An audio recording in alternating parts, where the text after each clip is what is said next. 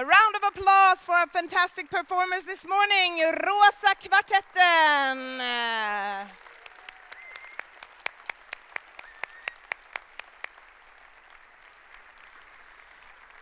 Thank you very much. My name is Helena Hjertén. I'm part of the organization committee.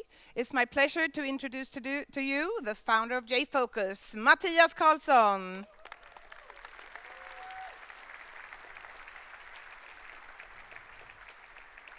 Hi, Mattias. How are you? I'm great. We haven't been here for 2 years, more than 2 years More than actually. 2 years. Are we back? It feels like we're back. It's Are we really back? great to see all these people here again. We're really, really thankful for all the people that actually went to the online conference last year. And I mean, this is the thing, right? Be back here at Waterfront. It's 1,600 people here. It's great. It's great. And yeah, you are all here. But you know, we also have the online viewers. Some people are still used to, you know, what we've been doing for the last 2 years, and they might not be able to travel. So we have them all here. And where are they? Where are they? I'm not sure where they are. Well, let's assume they are here. Yes. Online viewers, hi there, everyone. Where is the camera? Maybe it's there, I think. Hi there. There they are. No, Yes, well, there. soon. Hold Yeah. on. Let's see if we can get them. Wow. It's not easy this for us, but we're very thankful for the online viewers, actually. We love to have you guys here, of course, but we have a little special treat with the online viewers. Could Mattias tell us about it? Yes, so we decided this year to actually donate all of the fee that we got from the online participants for the conference. So we, together with a foundation called Akelius Foundation, we donated 250,000 Swedish SEK to the victims of Ukraine.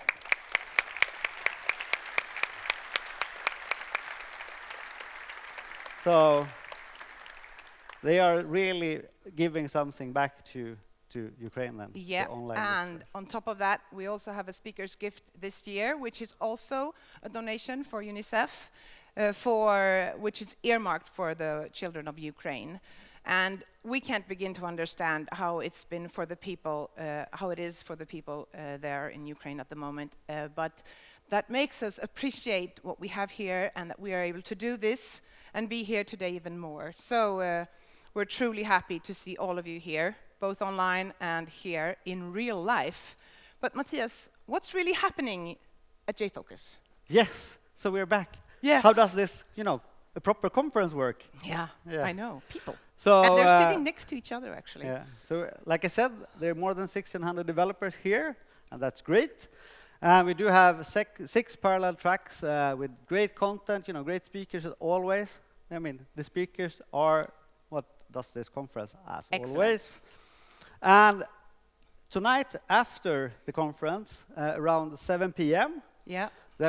we actually are lending out the rooms to meetup groups in Stockholm. So there will be a Stockholm GS, JavaScript user group, and a JUG group down in level C1 and In level C3. 2 floors down. 2 floors down. And for you who didn't sign up for the party, then you can go down and also, of course, join the meetups. And there will be some food for you there in that case. But if you did sign up for a mingle party, then that starts at 7 p.m. today as well. Too early, Robin? No, that's fine. Go ahead. Okay, then. So the party at 7, and just to a reminder, I'll tell you more about the party, but also Wednesday morning at 7:15 for those who didn't stay too late. There's going to be a morning run. Yes. And we're going to meet out here 7:15, and there'll probably also be a morning walk around same time for those who don't But want to it do will be a running. short run. We will run 5Ks in a moderate tempo, Yeah. so everybody can join if you're not too hungover. So about this party tonight then, how do you know if you're one of the lucky ones to join? Well, actually, you have a badge, and on the badge there are a few signs, and it might look like this one with a question mark here. That's not good.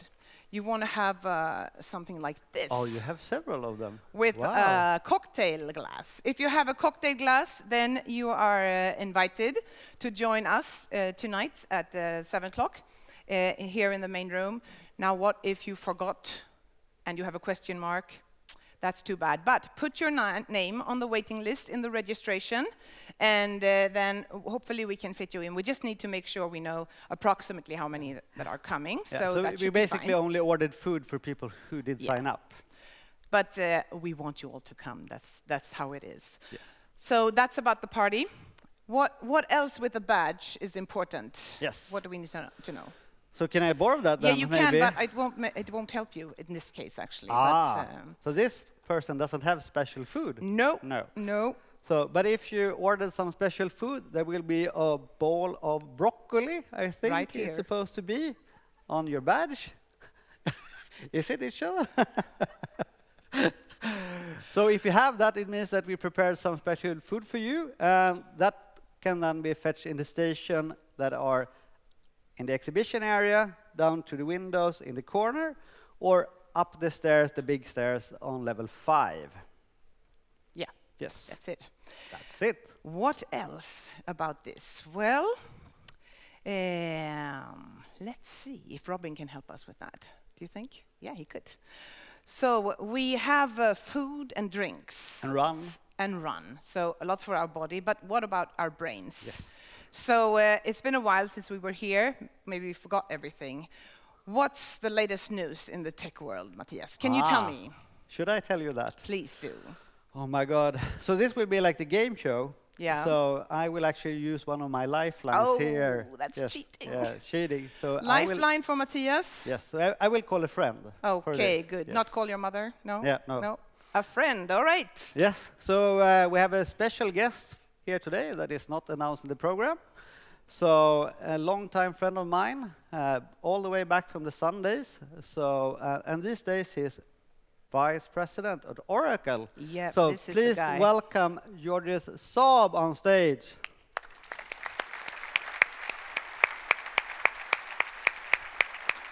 Hey, Hey. how are you? Good to see you, Mattias. Good to see everyone here. Yes, Nice to be here. you have full room again, Yeah. right? Yeah. So, I mean, I was introducing you as the vice president, but what are you actually vice president of? Yeah. So I'm actually vice president of the Java group. So my group is the one at Oracle who work on OpenJDK, on the Java virtual machine, the Java language, the Java class libraries, and all of those great technologies that we love. Cool. So, I mean, we have been in a pandemic situation for more than 2 years. How did that affect like the speed of development and so for the Java platform? Yeah, so I mean, obviously this was something that affected everyone in the world and was really challenging for us to deal with. But I think in this sort of bad luck, we were very lucky working on Java because we were already globally distributed. We were used to working, dialing into meetings and so on. And we had recently done a couple of things that really helped us out. So one of these was Project Scala, which you may have heard of, which transitioned our development to Git and GitHub. And then the second thing was all of the work that we did on the Java module system in JDK 9, because this basically made a great foundation for us to move more quickly. And then the final thing we did was move to the 6-month cadence. And this was something that made it much easier for us to add things and do projects, taking features and incrementally adding them to Java. So all of these things really made it was almost like if we had known we were going to have to deal with these things, that's exactly what we would have done. And I guess since there were no conferences, all the guys could focus instead of being here speaking, right? So 2 years of focus. Yeah. Yeah, I don't know if that was lucky, probably not, but no, it certainly helped. So what are some of the newer features that you're really excited about? Yeah, there are so many. As you know, if you've gone to the OpenJDK site and looked at the JEPs, what I think is kind of interesting is that the mode we have of working now is in these projects where we take a hard problem that we know that you need us to help solve, and then break it down do a bunch of experimentation and look at maybe what is the best way to solve these problems, and then lift those things in. And so instead of, in the past, these big bang releases that have lots and lots of change, we have the smaller ones with more incremental change. And each one of those you look at may look small, but then you can see an arc. So some of the arcs that I think have been most interesting are things around immutable data support, with things like records and sealed classes. And we see also pattern matching, which has been coming in to successive releases throughout the Java language. We're going to see one now coming up soon, I hope. Looks promising for 19, which is a little bit bigger bang, which is around 19? 19. 19. So 19. We already released Java 18, right? Yeah, 18. 18's, that's history, man. Yeah, I mean, you all use 18, right? All right, okay. Well, we'll get to that one in a minute. But in any event, with something like Loom, of course, it's a lot harder to add in small bits of virtual threads because it goes throughout everything in Java. But what's kind of cool that you may not have thought of is there's a whole lot of support we had to do to prepare for it.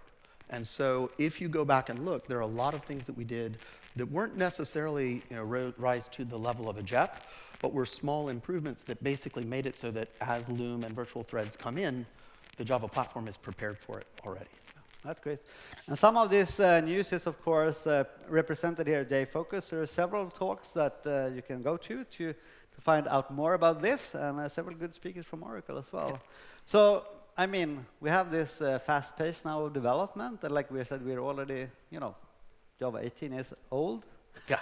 So how does adaptation work out? I mean, how that is, I mean, is people picking up on this? Right. So I think different people may have had different ideas of what we were trying to do, what we were trying to achieve. Really, what we were trying to do with the 6-month cadence is bring something that Java developers had never had before, which was fast access to the latest features in production-ready form.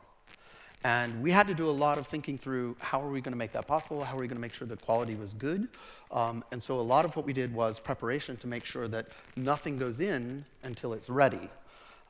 And so, interestingly, what we've seen is with the successive 6-month releases, the adoption of each of them has tended to grow. And we've seen with the LTSs, a lot of people stayed on 8 for a long time, but now more recently we've seen people adopting 11, and now that 17 is out, the adoption of that seems to be quite fast. And the nice thing is, for people who have moved to 17, I think it becomes much easier then to say, okay, I'm going to have a parallel CI/CD pipeline. I'm going to test my application on 17, but then also test the new things as they're coming out. So I think and then of course a big part is, it's not just about your application. It's about libraries, frameworks, all the things you depend on. And I think much of the population, the authors of those things, at first were trying to get used to this, but as they've sort of started to embrace it, it's become easier for them to move along with it. And this was really, why we did this. We want there to be the possibility for people to move quickly with Java technology, so that I don't have to answer the questions of people who compare Java from 2012 with some other technology from today, right? It's good for us to be moving forward, and it's important, right? With security and so on now, more important than ever that you be moving forward. So exciting stuff. Yeah. So, but actually some of that development is done here in Sweden and in Stockholm. Can you tell us a little bit about that? That is true. In fact, hold on, I have to get my orientation right. Right across the Riddarfjärden. I think we probably can see the office from here, I right? think we can. So everyone wave. Hi, folks. Yeah, we do quite a bit here. The group kind of originated in a group that I worked in for many years. And so a lot of the great technology is developed right here. Some centers of excellence around garbage collection, especially, but also things like flight recordings and a lot of other neat things. So definitely, I can't do a pitch to say come and work there, but a number of the people will be here. So we have this thing, right? So as a partner at Jfokus, you are like prevented from actively recruiting. I would never do that. No, you would never do that. But I mean, for the greater good of Java and for the greater good of the community and progress, there might be some interesting, really hard problems to solve. There absolutely are. And I think, this is a team of great developers, fun people to hang around and work with, but it's also, I think, pretty unique being able to work on this technology right here in the heart of Stockholm. That's great. So if we have more questions, will you hang around here? Will you I be will like, be around. you'll Yeah, be- I'll be so- around, and people from my team are here, and there's a booth. So we might come say find you hi. at the booth at some point? We might. Perfect. Great. We're walking around and saying hi. Yeah. So. Okay. Thank you very much. Great to have you here. Thank Bye. you. Thanks, everyone.